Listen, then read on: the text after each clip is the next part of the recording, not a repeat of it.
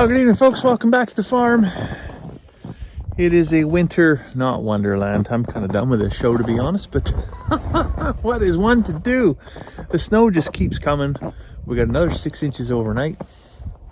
It's still snowing now, and looks like we're going to get some more, only for it to get crazy warm at the end of next week and maybe even be raining. So that's going to be really interesting. Anyways, I'm going to bring the little sprout with me. We're going to shovel our way into the shop in the front door and then get the big tractor out and dig our way out again, one more time. The chickens, I've had them locked up now for 5 days. I haven't even let them out of the chicken house for fear that they would just be snowed in and not able to get in. So it should be kind of nice if the weather does warm up a little bit. Maybe we can get them back out, get them some natural daylight instead of just that Canadian Tire light bulb we got in there. How was shoveling, kiddo? Was it cold out there? Uh-huh. You look pretty rosy cheeked, hey? Mm-hmm. Do you like shoveling snow? Yeah. You do? Uh-huh. Good for you. Dad sure doesn't. Anyways, I'm glad we got that done. The whole front of the shop is all shoveled out. A big thing. We roll the big tractor out, runs over top of that deep snow, and then packs it down right in front of there. And then it's impossible to shovel our way out. So anyways, looks like we got about 9 inches total that's we're going to try to move here tonight. We're going to do a real rough, sloppy job, aren't we?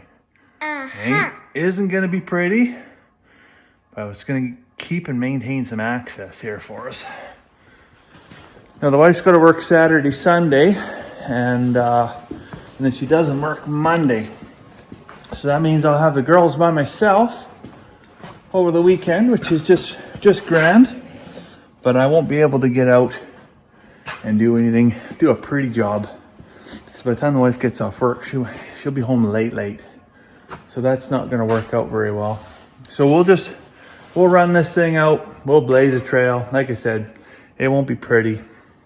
We'll get in and out for the next couple days.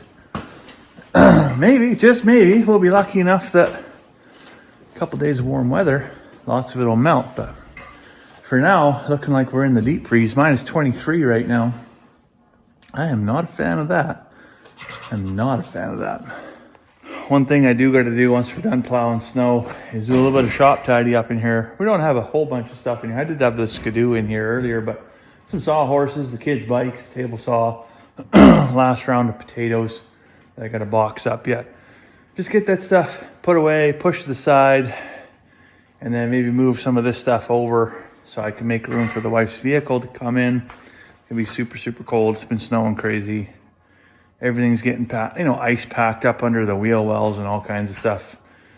Brake calipers getting full of ice. It's just miserable. So I'll make a little bit of room in here, and then maybe, just maybe, should be able to pull our SUV in, and it'll actually be roadworthy tomorrow.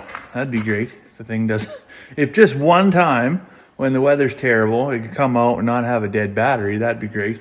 That really annoyed me the other day. We come out, she texted, she's like, "Oh, did you get like a low battery alarm on your phone?" Because it's all linked to our phone or whatever. But of course the battery's dead again, trying to figure it out. So that GMC Yukon seems that every once in a while you'll shut it off, but like the center console, like the infotainment system they call it, stays live. And then if you don't catch it, you just get out, lock your vehicle in the house, as one does.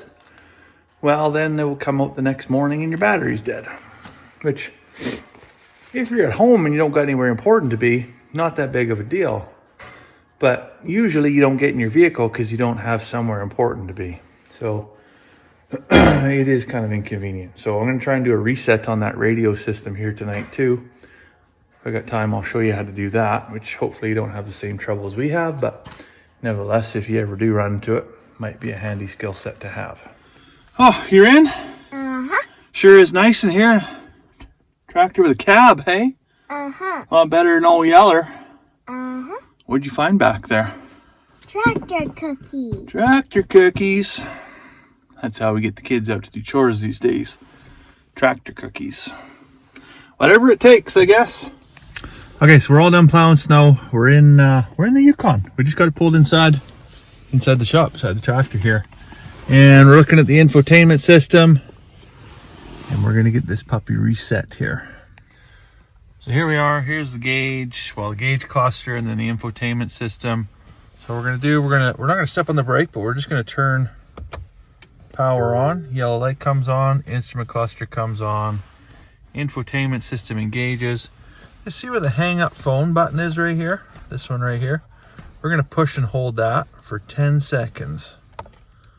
1 Mississippi, 2 Mississippi, 3 Mississippi, 4 Mississippi, 5 Mississippi, 6 Mississippi, 7 Mississippi, 8, I bet you wish I didn't say Mississippi, 9 Mississippi, 10 Mississippi, screen goes blank, we let go.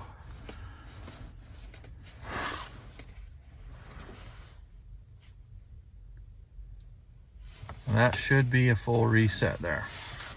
But anyways, here we are. It's back live again here now. So if for whatever reason your infotainment system is staying live, there's two things you can do. Is do that reset, like I said, with the hang up button. If that's not working, you've pretty much just got to pull the negative power cord off the battery and just do a hard reset that way.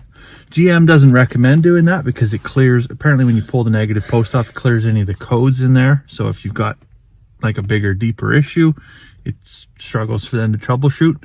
But anyways, GM programming, they have not figured out. This has been an issue now for a number of years, like since 2019, and they haven't figured it out. So we're going to try that, and hopefully that doesn't cause any issues. Now, what causes it to do that? What causes it to actually stay live like that? Well, apparently if you have a software update, because of course there's got to be 7 onboard computers in this thing, right? Yeah, that's helpful. So anytime they need to do a software update, they do that remotely, wirelessly, through whatever cellular connection to your vehicle, which is, I mean, a bit scary when you think about like how much control somebody has over your vehicle without kind of your say so. But nevertheless, if there's an update required, it can cause the things to get a little bit glitchy.